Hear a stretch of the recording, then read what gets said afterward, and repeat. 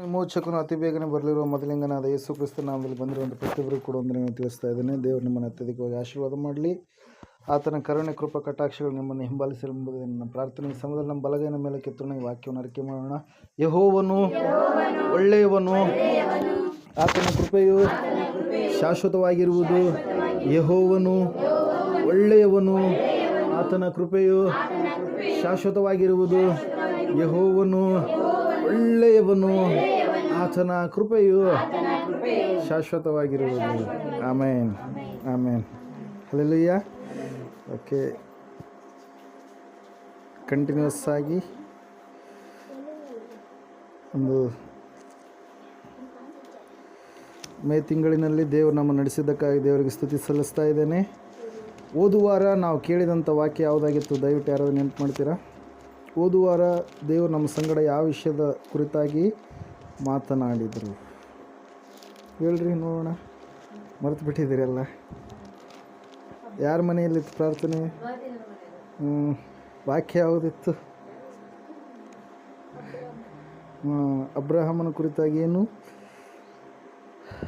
ರೋಮಾಪುರದವರೆಗೆ ಬರೆದ ಪತ್ರಿಕೆ 4ನೇ ಅಧ್ಯಾಯ 17ನೇ ವಾಕ್ಯ ಅನಿಸುತ್ತೆ. ದೇವರು ಇಲ್ಲದ್ದನ್ನು ಇರುವುದಾಗಿ ಕರೆಯುವ ಆತನಾಗಿದ್ದಾನೆ. Hallelujah, praise the Lord. ಅದಕ್ಕಾಗಿ ಅಬ್ರಹಾಮನು ನಂಬಿಕೆಯುಳ್ಳವನಾಗಿದ್ದ. ಆತನ ನಂಬಿಕೆ ಪರೀಕ್ಷೆ ಮಾಡಲ್ಪಡ್ತು. ಆತನು ಯಾವ ದೋಷವಿಲ್ಲದವನಾಗಿ ನಡೆದುಕೊಂಡ. ಆದ ಕಾರಣಕ್ಕಾಗಿ ದೇವರು ಅದ್ಭುತವಾದ ರೀತಿಯಲ್ಲಿ ಅಬ್ರಹಾಮನಿಗೆ ಆತನಲ್ಲಿ ಏನೂ ಇಲ್ಲದೆ ಇರುವಾಗ ದೇವರು ಹೇಳಿದ, ನಾನು ನಿನಗೆ ದೇಶವನ್ನು ಕೊಡ್ತೀನಂತೇಳಿ. ಎರಡನೇದಾಗಿ ಸಂತತಿಯನ್ನು ಕೊಡ್ತೀನಂತೇಳಿ. ಹಲ್ಲೆಲೂಯಾ. ಎಲ್ಲ ಆಶೀರ್ವಾದಗಳನ್ನು ಓದುವಾರ ನಾವು ಧ್ಯಾನ ಮಾಡಿದ್ದೇವೆ. ಇವತ್ತಿನ ದಿನ ಪ್ರಕಟಣೆ ಗ್ರಂಥ ತೆಗಿರಿ ಒಂದು ಸಾರಿ. ಲಾಸ್ಟ್ ಕೊನೆಯ ಪುಸ್ತಕ, ಸತ್ಯವೇದದಲ್ಲಿ ಕೊನೆಯ ಪುಸ್ತಕ 3ನೇ ಅಧ್ಯಾಯ 11ನೇ ವಾಕ್ಯ.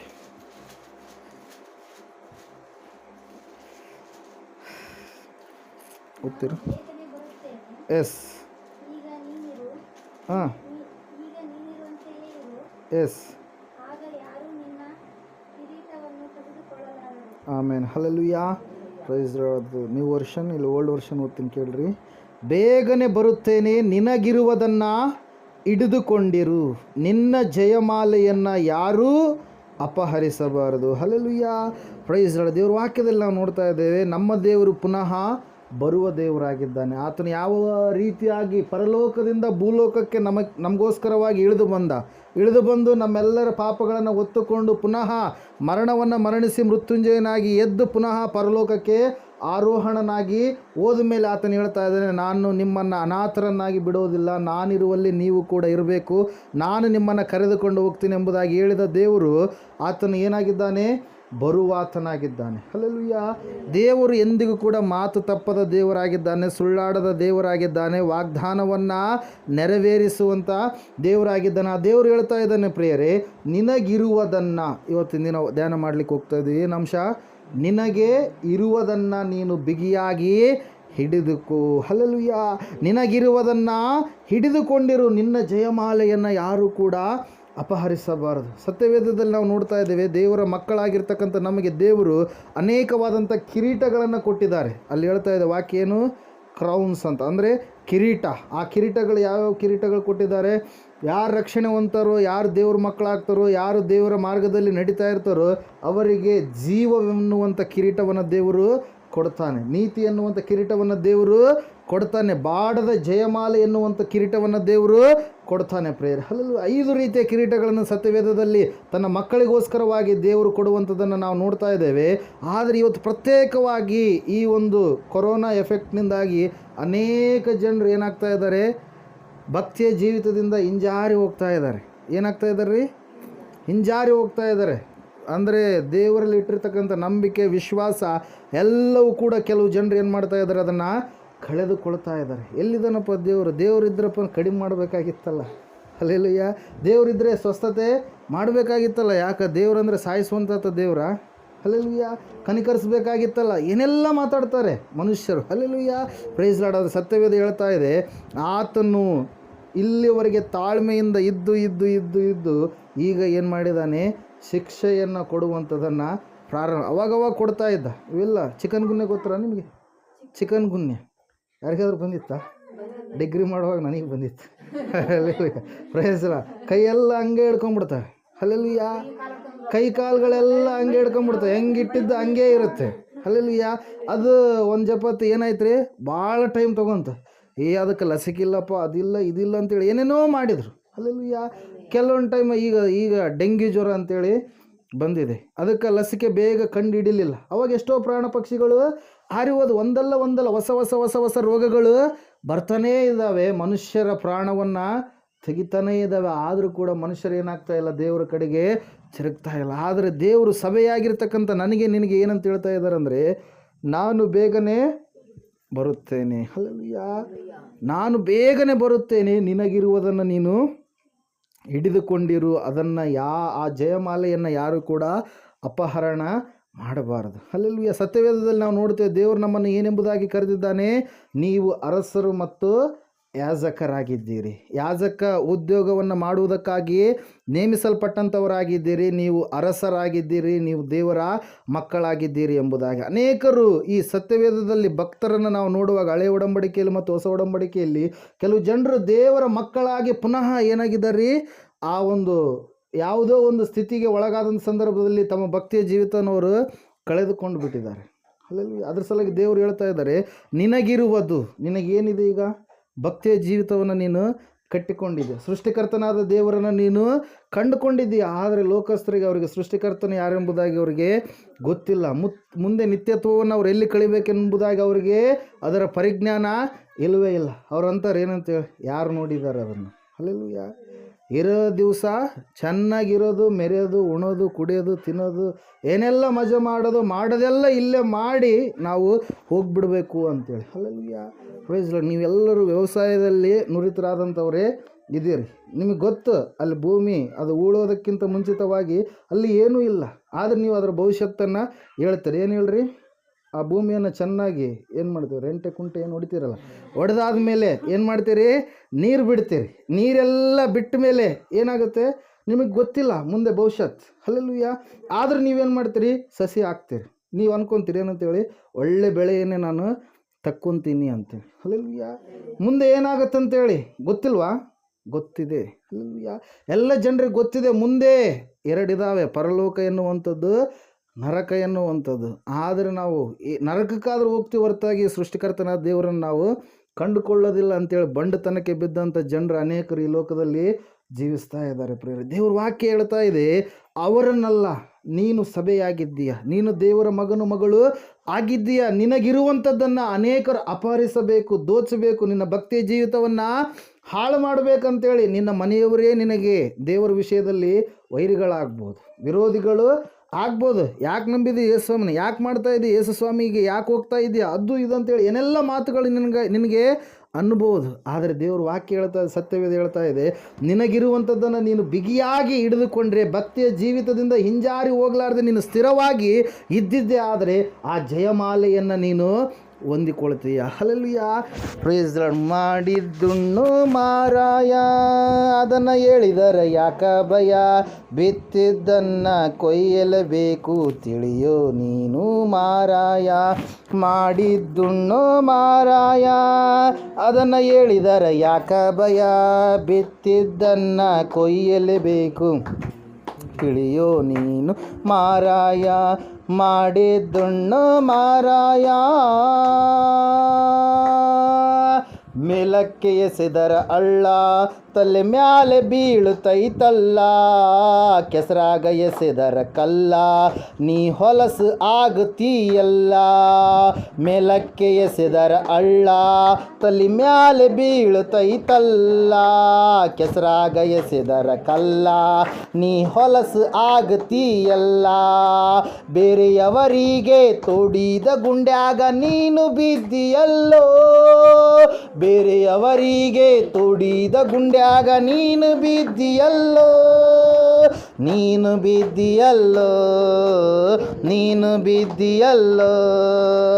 ಮಾಡಿದ್ದುಣ್ಣು ಮಾರಾಯ, ಅದನ್ನು ಹೇಳಿದರ ಯಾಕ ಭಯ, ಬಿತ್ತಿದ್ದನ್ನು ಕೊಯ್ಯಲೇಬೇಕು, ತಿಳಿಯೋ ನೀನು ಮಾರಾಯ.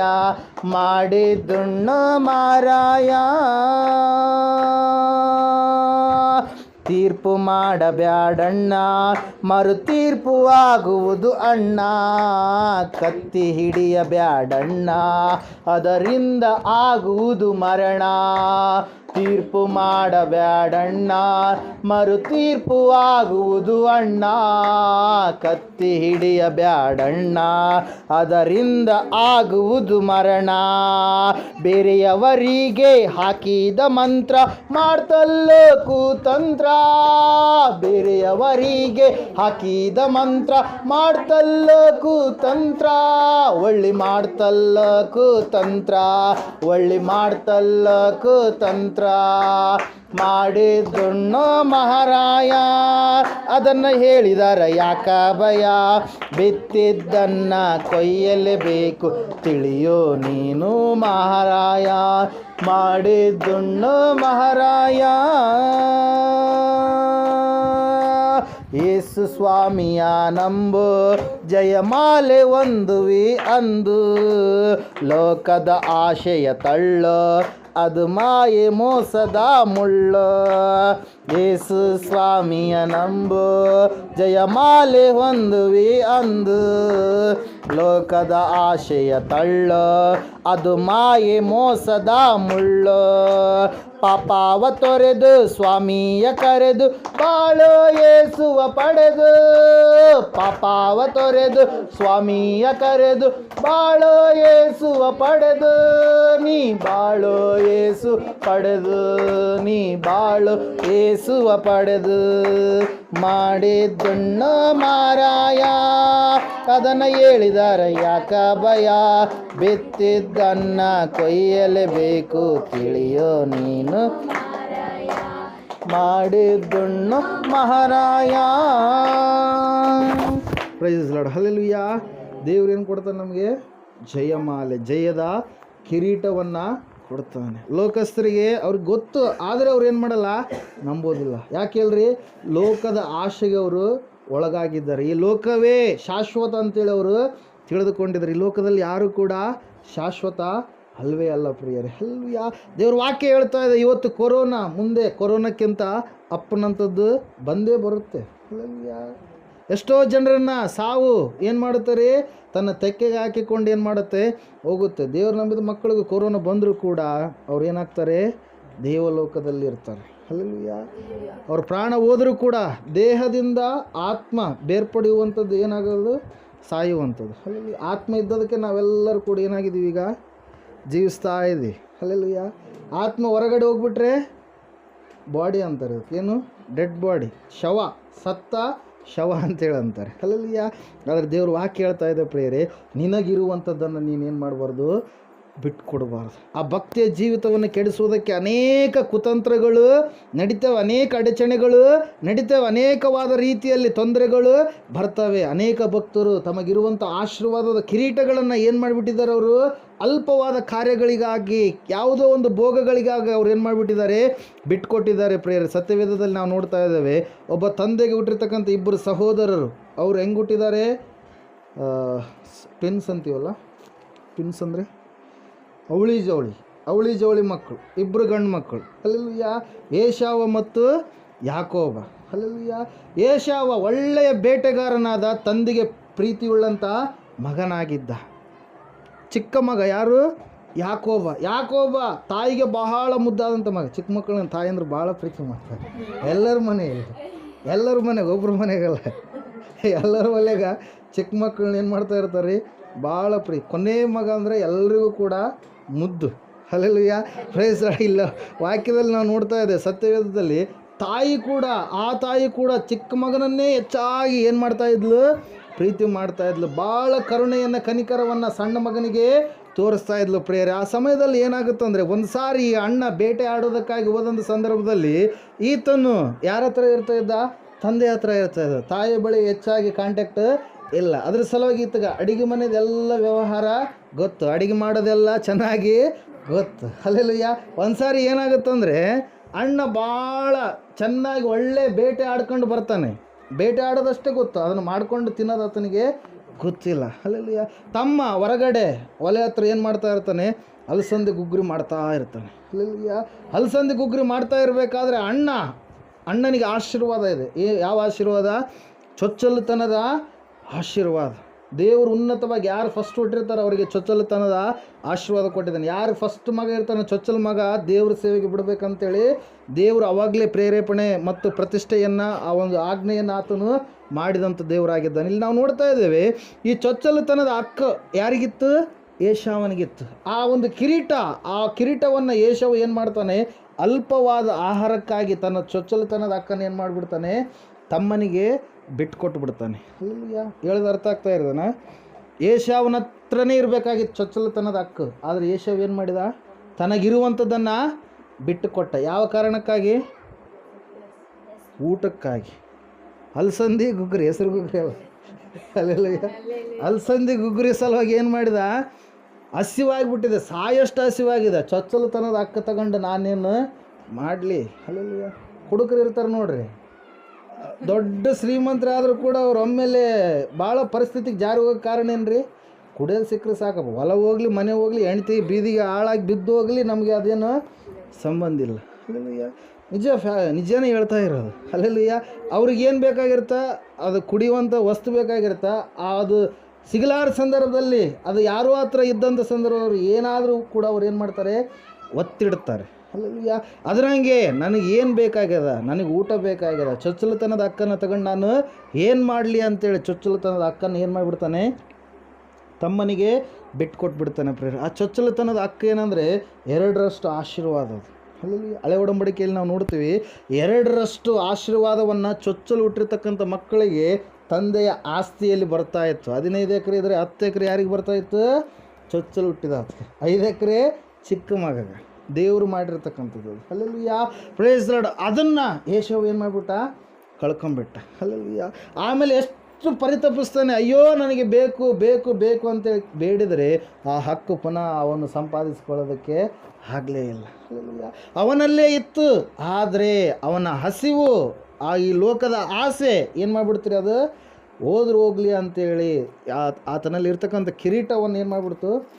ಒಂದು ಅಲ್ಪವಾದ ಆಹಾರಕ್ಕಾಗಿ ಬಿಟ್ಕೊಡುವಂಥ ಸ್ಥಿತಿ ಉಂಟಾಯಿತು. ಪ್ರೇರ ಭಕ್ತಿಯ ಜೀವಿತದಲ್ಲಿ ಕೂಡ ಅನೇಕರು ಏನು ಮಾಡ್ತಾರೆ?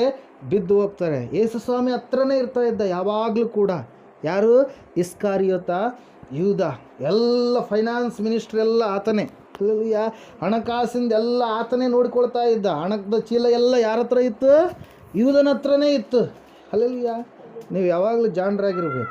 ಯಾರಾದರೂ ಮನೇಲಿ ಕಳ್ಳತನ ಮಾಡ್ತಾ ಇರ್ತಾರಂದರೆ ಎಲ್ಲ ಜವಾಬ್ದಾರಿ, ಒಂದು ವೇಳೆ ರೊಕ್ಕ ಹೋಗಿದ್ರೆ ಜವಾಬ್ದಾರಿ ಎಲ್ಲ ಅವ್ರಿಗೆ ಒಪ್ಪಿಸ್ಕೊಡ್ಬೇಕು ಹಣದ ವಿಷಯವಾಗಿ. ಅವ್ರಿಗೆ ಒಪ್ಸಿದ್ರೆ ಕಳ್ತನಲ್ಲೇ ಆಗೋದೇ ಇಲ್ಲ. ಅಲ್ಲಲ್ಲಿಯ ಕಳ್ಳರು ಒಬ್ಬರೇ ಇರ್ತಾರೆ, ಅವರಿಗೆ ಒಪ್ಪಿಸ್ಕೊಟ್ಬಿಟ್ರೆ ಕಳ್ತನ ಆಗುತ್ತೆ ಮನೆಯಲ್ಲಿ? ಆಗೋದೇ ಇಲ್ಲ. ಅಲ್ಲಲ್ಲಿಯ ಅದ್ರಂಗೆ ಸ್ವಾಮಿಗೆ ಗೊತ್ತು, ಇವ್ರು ಯಾರೂ ಕಳ್ತನ ಮಾಡಲ್ಲ, ಕದಿಯೋನು ಇವನೊಬ್ಬನೇ. ಅಲ್ಲಲ್ಲಿಯ ಅದ್ರ ಸಲುವಾಗಿ ಏನು ಮಾಡಿದ? ಆ ಇಸ್ಕಾರಿಯೋತ ಯೂದನಿಗೆ ಏನು ಮಾಡಿದ್ದಾರೆ? ಹಣದ ಚೀಲವನ್ನು ಕೊಟ್ಟ. ಪ್ರಿಯರೇ, ಕಾಣಿಕೆ ಎಲ್ಲ ಬಂದರು ಯಾರು ತೊಗೊತಾ ಇದ್ರು? ಇಸ್ಕಾರಿಯೋತ ಯೂದನ ಹತ್ರನೇ ಇರ್ತಾ ಇತ್ತು. ಬಡವರಿಗೆ ಸಹಾಯ ಮಾಡುವಂಥದ್ದಾಗಲಿ, ಯಾವುದಾದ್ರೂ ಬಟ್ಟೆಗಳಾಗಲಿ, ಇನ್ನೊಂದು ಮುನ್ನೊಂದು ಎಲ್ಲವುಗಳನ್ನು ಯಾರ ಹತ್ರ ಹಣ ತೆಗೆದುಕೊಂಡು ಹೋಗಿ ಶಿಷ್ಯರು ತೊಗೊತಾ ಇದ್ರು? ಈ ಯೂದನ ಹತ್ರದಿಂದ. ಅಲ್ಲೆಲ್ಲ ಪ್ರೈಸ್ ಇಲ್ಲಿ ನಾವು ನೋಡ್ತಾ ಇದ್ದೇವೆ, ಈ ಯೂದ ಅಪೋಸ್ತಲನು ಎಂಬುದಾಗಿ ಕರೆಸಿಕೊಂಡಂಥ ವ್ಯಕ್ತಿ. ಯೂದನಿಗೆ ಯೇಸುಸ್ವಾಮಿ ಇದ್ದಾನೆ ಅಂತ ಕಾರಣಕ್ಕಾಗಿ ಎಲ್ಲರೂ ಏನು ಮಾಡ್ತಾಯಿದ್ರು? ಮರ್ಯಾದೆ ಕೊಡ್ತಾಯಿದ್ರು, ಗೌರವ ಕೊಡ್ತಾಯಿದ್ರು. ಎಲ್ಲ ರೀತಿಯಿಂದಲೂ ಗೌರವ ಎನ್ನುವಂಥದ್ದು ಬರ್ತಾಯಿತ್ತು ಪ್ರಿಯರೇ. ಆದರೆ ಯೂದ ಹಣಕ್ಕಾಗಿ ತನ್ನ ಗುರುವನ್ನು ಏನು ಮಾಡಿಬಿಟ್ಟ? ಮಾರಿಬಿಟ್ಟ. ಅಲ್ಲಲ್ಲಿಯ ಆ ಯೂದನ ಬದಲಾಗಿ ಆ ಕಿರೀಟ ಯಾರಿಗೋಯ್ತು? ಮತ್ತೀಯ ಎನ್ನುವಂಥ ಇನ್ನೊಬ್ಬ ವ್ಯಕ್ತಿಗೆ. ಪ್ರಿಯರೇ, ಅಲ್ಲಲ್ಲಿ ಅಪೊಸ್ತಲ ಕೃತ್ಯಗಳು ತೆಗೆರಿ ನಿಮಗೊಂದು ಸಾರಿ. ಮೊದಲನೇ ಅಧ್ಯಾಯ ಅಪೊಸ್ತಲ ಕೃತ್ಯಗಳು,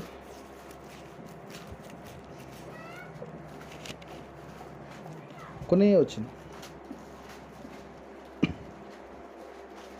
26ನೇ ವಚನ.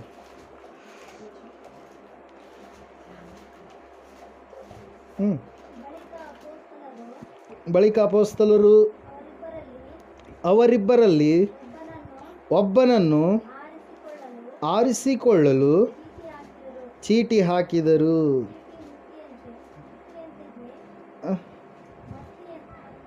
ಮತ್ತೀಯ ಕರೆಕ್ಟ್. ಬಂದದರಿಂದ 11 ಮಂದಿಯೊಂದಿಗೆ ಅವನು ಹಲ್ಲೆಲೂಯಾ, ದೇವರ ಹಿಂದೆ ಇರ್ತಕ್ಕಂಥ ವ್ಯಕ್ತಿ, ಅಪೋಸ್ತಲನಾಗಿರ್ತಕ್ಕಂಥ ವ್ಯಕ್ತಿ ಅಪೋಸ್ತಲ ಉದ್ಯೋಗವನ್ನು ಕಳೆದುಕೊಂಡ ತಾನು ಎಲ್ಲ ಸರ್ವನಾಶ ಆಗಿ ಹೋದ. ಯಾವುದಕ್ಕಾಗಿ? ತನ್ನ ಗುರುವನ್ನು ಹಣಕ್ಕಾಗಿ ಮಾರಿದ ಕಾರಣಕ್ಕಾಗಿ. ಅಯ್ಯೋ, ಆತನು ಏನು ಮಾಡಿಲ್ಲ. ಹಲ್ಲೆಲೂಯಾ. ಯೇಸು ಯಾರಿಗಾದ್ರೂ ಅನ್ಯಾಯ ಮಾಡಿದ್ನ? ಏನು ಮಾಡಿಲ್ಲ. ಆದರೆ ಸುಮ್ಮನೆ ಏನು ಮಾಡಿದ್ನ ರೀ? ಹಣಕ್ಕಾಗಿ, ಹಣದ ಆಸೆಗಾಗಿ ಒಳಗಾಗಿರ್ತಕ್ಕಂಥ ಈ ವ್ಯಕ್ತಿ ಏನು ಮಾಡಿದ? 30 ಬೆಳ್ಳಿ ನಾಣ್ಯಗಾಗಿ ಯೇಸುವನ್ನು ಹಿಡ್ಕೊಟ್ಟ ಕಾರಣಕ್ಕಾಗಿ ಭಯಂಕರ ಯಾತನೆ. ಸತ್ಯವೇದದಲ್ಲಿ ಸ್ವಲ್ಪ ಬರೆದಿದ್ದಾರೆ. ಏನು? ಯಾತನೆಯ ವಿಷಯವಾಗಿ ಚರಿತ್ರೆ ಗ್ರಂಥಗಳನ್ನು ಓದುವಾಗ ಭಯಂಕರವಾಗಿರ್ತಕ್ಕಂಥ ಏಟುಗಳನ್ನು ಸ್ವಾಮಿಯವರು ಅನುಭವಿಸಿದ್ದಾರೆ ಪ್ರಿಯರೇ. ಹಲ್ಲೆಲೂಯಾ. ಇಲ್ಲಿ ಮುಳ್ಳು ಹೊಡೆದ್ರೆ ಇಲ್ಲಿ ಕಣ್ಣಲ್ಲಿ ಬಂದಿದೆ ಹೊರಗಡೆ, ಅಷ್ಟು ಭಯಂಕರವಾದಂಥ ಯಾತನೆ. ಹಲ್ಲೆಲೂಯಾ. ಭಯಂಕರವಾಗಿರ್ತಕ್ಕಂಥ ಶಿಕ್ಷೆ ಕೊಡುವಂಥವ್ರು. ನೀವು ಒಂದು ವೇಳೆ ಬುಕ್ಗಳು ಅವೈಲೇಬಲ್ ಇದ್ದರೆ ಲೈಬ್ರರಿಯಲ್ಲಿ ಓದುವಂಥ ಮಕ್ಕಳು, ಹಲ್ಲೆಲೂಯಾ, ನೀವು ರೋಮನ್ ಸರ್ಕಾರದ ಬಗ್ಗೆ ಓದ್ರಿ. ಅದರ ಭಯಂಕರವಾದ ರೀತಿಯ ಶಿಕ್ಷೆಗಳ ಕುರಿತಾಗಿ ವಿವರಿಸಲ್ಪಟ್ಟಿದೆ. ಹಲ್ಲೆಲೂಯಾ. ಇಲ್ಲಿ ನಾವು ನೋಡ್ತಾ ಇದ್ದೇವೆ, ಸತ್ಯವೇದ ಹೇಳ್ತಾ ಇದೆ ಪ್ರಿಯರೇ, ದೇವ್ರ ವಾಕ್ಯ ಹೇಳ್ತಾ ಇದೆ ಏನಂತಂದರೆ, ನಿನಗಿರುವಂಥದ್ದನ್ನು ನೀನು ಬಿಗಿಯಾಗಿ ಹಿಡಿದುಕೊಳ್ಳಬೇಕು. ಅಪೋಸ್ತಲ ಉದ್ಯೋಗ ಈತನಿಗೆ ಇತ್ತು, ಶಿಷ್ಯತ್ವ ಉದ್ಯೋಗ ಈತನಿಗೆ ಇತ್ತು, ಅದನ್ನು ಹಿಡಿದುಕೊಳ್ಳಲಿಲ್ಲ. ಲೋಕದ ಆಶೆಗಾಗಿ, ಹಣಕ್ಕಾಗಿ ಆತನ ಅದನ್ನು ಹರಿಬಿಟ್ಟ. ಆ ಸ್ಥಾನ ಯಾರಿಗೆ ಬಂತು? ಮತ್ತೀಯ ಎನ್ನುವಂಥ ಇನ್ನೊಬ್ಬ ಶಿಷ್ಯನಿಗೆ ಬಂತು ಪ್ರಿಯರೇ. ಹಲ್ಲೆಲೂಯಾ. ದೇವ್ರ ವಾಕ್ಯ ಹೇಳ್ತಾ ಇದೆ. ಇದೇ ರೀತಿಯಾಗಿ ಅನೇಕ ಭಕ್ತರು ಸತ್ಯವೇದದಲ್ಲಿದ್ದಾರೆ. ಒಂದು ಸಾರಿ ದೇವ್ರು ಏನು ಮಾಡ್ತಾನೆ? ಕೀಷನ ಮಗನಾಗಿರ್ತಕ್ಕಂಥ ಸೌಲನನ್ನು ಇಸ್ರಾಯೇಲ್ ದೇಶದ ರಾಜನನ್ನಾಗಿ ಮಾಡ್ತಾನೆ. ಆತನು ಅಂದಗಾರನೇ, ಚಂದಗಾರನೇ, ಎಲ್ಲರಿಗಿಂತ ಎತ್ತರ ಇರ್ತಕ್ಕಂಥ ವ್ಯಕ್ತಿಯೇ. ಆದರೆ ಆತನ ಕುಟುಂಬವನ್ನು ನಾವು ನೋಡುವಾಗ ಆತನು 12ನೇ ಕುಲಕ್ಕೆ ಸಂಬಂಧಪಟ್ಟಿರ್ತಕ್ಕಂಥ ವ್ಯಕ್ತಿಯಾಗಿರ್ತಾನೆ. ಚಿಕ್ಕ ಗುಂಪಿನಲ್ಲಿರ್ತಕ್ಕಂಥ ವ್ಯಕ್ತಿಯಾಗಿರ್ತಾನೆ. ಆತನು ರಾಜನಾಗೋದಕ್ಕೆ ಅರ್ಹನಲ್ಲದ ವ್ಯಕ್ತಿಯಾಗಿರ್ತಾನೆ. ಆದರೆ ದೇವರು ಹೇಳ್ತಾನೆ, ನನಗೆ ನೀನೇ ಬೇಕು ಸೌಲನೇ, ನೀನೇ ಅರಸನು ಆಗಬೇಕಂತೇಳಿ ದೇವರು ಸೌಲನನ್ನು ಅರಸನನ್ನಾಗಿ ಮಾಡಿದಾಗ ಸೌಲನ್ ಏನು ಮಾಡ್ತಾನೆ ರೀ? ಅಧಿಕಾರ ಬಂದಾಗ 2 ವರ್ಷಗಳವರೆಗೆ ಚೆನ್ನಾಗಿ ದೇವರಿಗೆ ಇಷ್ಟವಾದ ರೀತಿಯಲ್ಲಿ ನಡೆದುಕೊಂಡು ಆಮೇಲೆ ಏನು ಮಾಡಿಬಿಡ್ತಾನೆ? ದೇವರ ಮಾತನ್ನು ಕೇಳದೆ ಏನು ಮಾಡ್ತಾನೆ ರೀ? ದೇವರು ಒಂದು ಹೇಳಿದರೆ ತಾನು ಒಂದು ಮಾಡಿದ ಕಾರಣಕ್ಕಾಗಿ ತನ್ನ ಸಿಂಹಾಸನವನ್ನು ದಾವೀದನಿಗೆ ಬಿಟ್ಟು ಕೊಡಬೇಕಾಯ್ತು. ಹಲ್ಲೆಲೂಯಾ. Praise lord. ಅದ್ರ ಸಲುವಾಗಿ ಸತ್ಯವೇದ ಹೇಳ್ತಾ ಇದೆ, ನಿನಗಿರುವಂಥದ್ದನ್ನು ಬಿಗಿಯಾಗಿ ನೀವು ಹಿಡಿದುಕೊಳ್ಬೇಕು. ನಿಮ್ಮ ಹತ್ರ ಬಾವಿ ಇದೆನಾ? ಇಲ್ಲಲ್ರಿ. ಇಲ್ಲಿ ದೊಡ್ಡವರು ಹಿರೇಮೋರೆ, ನೀವಿದ್ದ ಕಾಲಕ್ಕಿಂತ ನೀವು ಹೊಸದಾಗಿ ಮದುವೆಯಾಗಿ ಬಂದೆ, ಬಾವಿ ಇದು ಮಾಡಿದ್ದೀರ? ನೀರು ತರ್ತೀರ ಅದರಿಂದ? ಅವಾಗ ಓಕೆ. ಬಾವಿಯಲ್ಲಿ ನೀವು ಬಕೆಟ್ ಹಾಕ್ತಿದ್ದೀರಾ ಅಥವಾ ಬಿಂದಿಗಳನ್ನು ಹಾಕ್ತೀರ? ಕೊಡಗಳು, ಮಣ್ಣು ಕೊಡ ಹಾಕಿದಾಗ ನೀವು ಸುಮ್ಮನೆ ಮಾಮೂಲಿ ಹಿಂಗೆ ಹಿಡ್ಕೊಂತಿದ್ರೆ ಬಿಗಿಯಾಗಿ ಹಿಡ್ಕೊಳ್ತಿದ್ರೆ, ಅದನ್ನು ಬಿಗಿಯಾಗಿ ಹಿಡಿದುಕೊಂಡ್ರೆ ಮಾತ್ರ ಅದೇನಾಗ್ತಿತ್ತು? ಮೇಲ್ಗಡೆ ಬರ್ತಾಯಿತ್ತು. ಅಲ್ಲ ಕಡೆ ಸುಲಭವಾಗಿ ಕಾವನ್ನು ಬಿಗಿಯಾಗಿ ಹಿಡಿದುಕೊಳ್ಳಾರದೆ ನೀವು ಕೆಲಸ ಮಾಡಿದರೆ ಕೆಲಸ ಸಾಗತ್ತಾ? ಬಿಗಿಯಾಗಿ ಹಿಡಿದುಕೊಳ್ಳಬೇಕು. ಅಲ್ಲಿ ಅದರಂಗೆ ದೇವ್ರ ವಾಕ್ಯ ಹೇಳ್ತಾ ಇದೆ, ನಿನಗಿರುವಂಥ ಭಕ್ತಿಯ ಜೀವಿತವನ್ನು ನೀನು ಬಿಟ್ಕೊಡಬಾರ್ದು. ಅದನ್ನು ಗಟ್ಟಿಯಾಗಿ ನೀನು ಹಿಡಿದುಕೊಂಡ್ರೆ ಆ ಒಂದು ಗಟ್ಟಿತನಕ್ಕೆ ದೇವರು ಮೆಚ್ಚಿ ಏನು ಮಾಡ್ತಾನೆ? ಆಶೀರ್ವಾದವನ್ನು ಸುರಿಸ್ತಾನೆ. ಒಂದು ತಕ್ಕ ಕಾಲದಲ್ಲಿ ಯಾವುದು ಕೂಡ ನಿಲ್ಲಂಗಿಲ್ಲ. ಎಲ್ಲವಕ್ಕೆ ದೇವರು ಏನು ಮಾಡಿದ್ದಾನೆ? ಸಮಯವನ್ನು ನಿಗದಿ ಮಾಡಿದ್ದಾನೆ. ಆ ಸಮಯದ ಪ್ರಕಾರವಾಗಿ ಯಾವ ರೀತಿಯಲ್ಲಿ ನೀನು ನಡೆದುಕೊಳ್ತೀಯೋ ಆ ರೀತಿಯಲ್ಲಿ ಆಶೀರ್ವಾದಗಳು ನಿನ್ನ ಮೇಲೆ, ನಿನ್ನ ಮನೆಯ ಮೇಲೆ, ನಿನ್ನ ಕುಟುಂಬದ ಮೇಲೆ ಬಿಡುಗಡೆ ಆಗ್ತಾ ಇರ್ತವೆ. ಪ್ರೇರಲ್ಲಿ ದೇವ್ರ ವಾಕ್ಯದಲ್ಲಿ ನಾವು ನೋಡ್ತಾ ಇದ್ದೇವೆ, ನಿನಗಿರುವಂಥದ್ದನ್ನು ಯಾರೂ ಕೂಡ ಅಪಹರಿಸಬಾರದು. ಹಲ್ಲೆಲೂಯಾ. ನಿನಗಿರುವಂಥ ಭಕ್ತಿಯ ಜೀವಿತ, ನೀನು ಹೊಂದಿಕೊಂಡಿರ್ತಕ್ಕಂಥ ದೇವರು, ಅದನ್ನು ಯಾರು ಕೂಡ ಅಪಹರಿಸಬಾರ್ದು ಅಂತೇಳಿ ಸತ್ಯವೇದ ಹೇಳ್ತಾ ಇದೆ ಪ್ರೇರ. ಅದಕ್ಕಾಗಿ ಮಾಡಿದ್ದು ನಾವು ಹಾಡಾಡಿದೀವಲ್ಲ, ಏನಂತ ಹೇಳ್ತಾ ಇದೆ ಅಲ್ಲಿ? ಯೇಸು ಸ್ವಾಮಿಯನ್ನು ನಂಬಿದರೆ ನಮಗೇನಿದೆ? ಜಯ ಎನ್ನುವಂಥದ್ದು, ಜಯಮಾಲೆ ಎನ್ನುವಂಥದ್ದು ಇದೆ. ಲೋಕದ ಆಶೆಯನ್ನು ತಳ್ಳಿದರೆ ಮಾತ್ರ, ಈ ಒಂದು ಮಾಯ ಮೋಸದ ಲೋಕವನ್ನು ತಳ್ಳಿದರೆ ಮಾತ್ರ ನಾವೇನು ಮಾಡೋದಕ್ಕೆ ಸಾಧ್ಯ? ಆ ಜಯಮಾಲೆಯನ್ನು ಹೊಂದಿಕೊಳ್ಳೋದಕ್ಕೆ ಸಾಧ್ಯ. ಅದ್ರ ಸಲುವಾಗಿ ದೇವರು ಹೇಳ್ತಾ ಇದ್ದಾನೆ, ನಾನು ಬೇಗನೆ ಬರುತ್ತೇನೆ. ನಿನಗಿರುವಂಥದ್ದನ್ನು ನೀನು ಕೈ ಬಿಟ್ಬಿಟ್ರೆ, ಹಲ್ಲೆಲೂಯಾ, ಆಯ್ತು, ಎಲ್ಲ ಚೆನ್ನಾಗಿ ಸ್ಕೂಲಿಗೆ ಹೋಗಿ ಎಕ್ಸಾಮ್ ಟೈಮ್ನಾಗ ನಾ ಎಕ್ಸಾಮ್ ಬರೆಯಲ್ಲ ಅಂತೇಳಿ ಮನೇಲಿ ಕುಂತ್ಕೊಂಡ್ರೆ ಪಾಸ್ ಆದಂಗೆ, ಉಳಿದ ಟೆಸ್ಟ್ಗಳು, ಯೂನಿಟ್ ಟೆಸ್ಟ್, ಎಲ್ಲ ಟೆಸ್ಟ್ಗಳಲ್ಲೆಲ್ಲ ಫಸ್ಟ್ ರ್ಯಾಂಕ್ ಬಂದು ಮೇನ್ ಎಕ್ಸಾಮ್ಗೆ ಹೋಗಲಿಲ್ಲ ಅಂದರೆ ಹಂಗಾಗಬಾರ್ದು. ಸ್ವಾಮಿ ಬರುವಂಥ ದಿವಸದಲ್ಲಿ, ಸ್ವಾಮಿ ಬರುವಂಥ ದಿನಗಳಲ್ಲಿ ಅನೇಕವಾಗಿರ್ತಕ್ಕಂಥ ತೊಂದರೆಗಳು ಈ ಲೋಕದಲ್ಲಿ ಬರ್ತಾವೆ. ಅದ್ರ ಸಲುವಾಗಿ ದೇವರು ಹೇಳ್ತಾನೆ ಏನಂತೇಳಿ, ನಿನ್ನ ಭಕ್ತಿಯ ಜೀವಿತವನ್ನು ನೀನು ಜಾಗರೂಕತೆಯಾಗಿ ಕಾಪಾಡಿಕೊಳ್ಳಬೇಕು. ನಿನಗಿರುವಂಥದ್ದನ್ನು ನೀನು ಬಿಗಿಯಾಗಿ ಹಿಡಿದುಕೊಳ್ಬೇಕು. ನಾನು ಬೇಗನೆ ಬರುತ್ತೇನೆ. ಒಂದು ವೇಳೆ ನಿನಗಿರುವಂಥ ಭಕ್ತಿಯನ್ನು ನೀನು ಬಿಟ್ಟುಕೊಟ್ರೆ, ಯಾರಾದರೂ ನಿನ್ನ ಭಕ್ತಿಯನ್ನು ಅಪಹರಿಸಿದರೆ ನೀನು ಜಯಮಾಲೆಯನ್ನು ಹೊಂದೋದಿಲ್ಲ. ಅಲ್ಲೆಲ್ಲೂಯ. ಅಪಹಾಸ್ಯಕ್ಕೆ ನೀನು ಗುರಿಯಾಗಬೇಕಾಗುತ್ತೆ. ಅದ್ರ ಸಲುವಾಗಿ ಸತ್ಯವೇದ ಹೇಳ್ತಾ ಇದೆ ಪ್ರಿಯರೇ, ನಿನಗಿರುವುದನ್ನು ನೀನು ಬಿಗಿಯಾಗಿ ಹಿಡಿದುಕೊಳ್ಬೇಕು. ಅಲ್ಲೆಲ್ಲೂಯ. ಬಿಗಿಯಾಗಿ ಹಿಡಿದುಕೊಳ್ಳಲಿಲ್ಲ ಯಾರು? ಏಷಾವ ಏನು ಮಾಡಿದ? ಚೊಚ್ಚಲತನದ ಕಿರೀಟವನ್ನು ಕಳೆದುಕೊಂಡ. ಬಿಗಿಯಾಗಿ ಹಿಡಿದುಕೊಳ್ಳಲಿಲ್ಲ ಯಾರು? ಶಿಷ್ಯ ಇಸ್ಕಾರಿಯೋತ ಯೂದ ಅಪೊಸ್ತಲರತ್ವ ಒಂದು ಕಿರೀಟವನ್ನು ಕಳೆದುಕೊಂಡ. ಬಿಗಿಯಾಗಿ ಹಿಡಿದುಕೊಳ್ಳಲಿಲ್ಲ ಯಾರು? ಸೌಲ ಮಹಾರಾಜ ಅರಸುತನವನ್ನೇ ಕಳೆದುಕೊಂಡ. ಅಲ್ಲಲ್ಲಿಯ ಅದರ ಸಲುವಾಗಿ ಭಕ್ತಿಯ ಜೀವಿತದಲ್ಲಿ ನಾವು ಸಡಿಲವಾಗಿ ಇರಬಾರ್ದು. ಆ ಕಡೆ ಈ ಕಡೆ ಅಲ್ಲಾಡುವಂಥ ದಂಟು ನಾವು ಆಗಬಾರ್ದು. ಸ್ಥಿರವಾದ ರೀತಿಯಲ್ಲಿ ನಾವು ಭಕ್ತಿಯ ಜೀವಿತವನ್ನು ಕಟ್ಟಿಕೊಳ್ಬೇಕು ಪ್ರಿಯರೇ. ಅದರ ಸಲುವಾಗಿ ಸತ್ಯವೇದ ಹೇಳ್ತಾ ಇದೆ, ಬೇಗನೆ ಬರುವಂಥ ದೇವರು ನಮಗೋಸ್ಕರವಾಗಿ ಖಂಡಿತ ಆತನು ಬೇಗನೆ ಬರುವ ಆತನಾಗಿದ್ದಾನೆ. ಆತನು ಬರುವಾಗ ನಮ್ಮ ಭಕ್ತಿಯ ಜೀವಿತ ಹೆಂಗಿರಬೇಕು? ಶುದ್ಧ ಸುವರ್ಣದೋಪಾದಿಯಲ್ಲಿ ಇರಬೇಕು. ಹಲ್ಲೆಲೂಯಾ. ಬಂಗಾರ ಬೆಂಕಿಯಲ್ಲಿ ಹಾಕಿದರೆ ಕರಗಿ ಮಣ್ಣಾಗಿ ಹೋಗ್ಬಿಡುತ್ತಾ? ಏನಾಗುತ್ತೆ? ಇನ್ನೂ ಒಳೆಯುತ್ತೆ. ಇನ್ನೂ ಹೆಚ್ಚಿನ ರೀತಿಯಾಗಿ ಏನಾಗುತ್ತೆ? ಒಳೆಯುವಂಥ ಒಂದು ಸ್ಥಿತಿಯನ್ನು, ಲಕ್ಷಣವನ್ನು ಅದು ಹೊಂದಿಕೊಳ್ಳುತ್ತೆ ಪ್ರಿಯರೇ. ನಮ್ಮ ಜೀವಿತವು ಕೂಡ ದಿನದಿಂದ ದಿನಕ್ಕೆ ಏನಾಗಬೇಕು? ಮುಂದುಗಡೆ ಭಕ್ತಿ ಜೀವಿತದಲ್ಲಿ ಮುಂದುಗಡೆ ಹೋಗಬೇಕು ಹೊರತಾಗಿ ಹಿಂದುಗಡೆ ನಾವು ಹೋಗಬಾರ್ದು. ಅಲ್ಲಲ್ಲಿ ಯಾವುದು ಬೇಡವಾಗಿರುವಂಥದ್ದು ಯಾವುದಿದೆ ಗೊತ್ತು ನಿಮಗೆ. ಸುಳ್ಳು ಹೇಳ್ಬಾರ್ದು, ಮೋಸ ಮಾಡಬಾರ್ದು, ಅದು ಮಾಡಬಾರ್ದು, ಇದು ಮಾಡಬಾರ್ದು, ಅವೆಲ್ಲವುಗಳು ನಮ್ಮ ಜೀವಿತದಲ್ಲಿ ಇರಬಾರ್ದು. ಅಲ್ಲಲ್ಲಿ ಅದರ ಸಲುವಾಗಿ ಸತ್ಯವೇದ ಹೇಳ್ತಾ ಇದೆ, ನಿನಗಿರುವಂಥದ್ದನ್ನು ನೀನು ಬಿಗಿಯಾಗಿ ಹಿಡಿದುಕೋ. ಕ್ರಮವಾಗಿ ಪ್ರಾರ್ಥನೆ ಮಾಡುವಂಥ ಮಗನು ಮಗಳು ನೀನು ಆಗಬೇಕು. ದೇವರಿಗೆ ಸ್ಥಾನವನ್ನು ಕೊಡುವಂಥ ಮಗನು ಮಗಳು ನೀನು ಆಗಬೇಕು. ಯಾರು ನೋಡಲ್ಲ ಬಿಡು ಅಂತೇಳಿ ಏನಾದರೂ ಕದ್ದು ಮುಚ್ಚಿ ಏನಾದರೂ ತಪ್ಪಾದ ಜೀವಿತದ ಕಡೆಗೆ ಹೋದರೆ ನಿನ್ನನ್ನು ನೋಡುವಂಥ ದೇವರು ಇದ್ದಾನೆ. ಅಲ್ಲಿಯ ಪ್ರೈಸ್ ಲಾರ್ಡ್. ಆಕಾಶ ಭೂಮಿಯನ್ನು ದೇವರು ಸಾಕ್ಷಿಯಾಗಿ ಇಟ್ಟಿದ್ದಾನೆ. ಅದರ ಸಲುವಾಗಿ ಪ್ರಿಯರೇ ವಾಕ್ಯ ಹೇಳ್ತಾ ಇದೆ, ನಿನಗಿರುವಂಥದ್ದನ್ನು ನೀನು ಏನು ಮಾಡಬೇಕು? ಹಿಡಿದುಕೊಂಡಿರು. ನಿನಗೆ ಜಯಮಾಲೆಯನ್ನು ನಾನು ಕೊಡುತ್ತೇನೆ, ಅದನ್ನು ಯಾರೂ ಕೂಡ ಅಪಹರಿಸಬಾರದು. ಈ ಸಮಯದಲ್ಲಿ ನಾವು ಕಣ್ಣುಗಳನ್ನು ಮುಚ್ಚಿಕೊಳ್ಳೋಣ, ಪ್ರಾರ್ಥನೆ ಮಾಡೋಣ.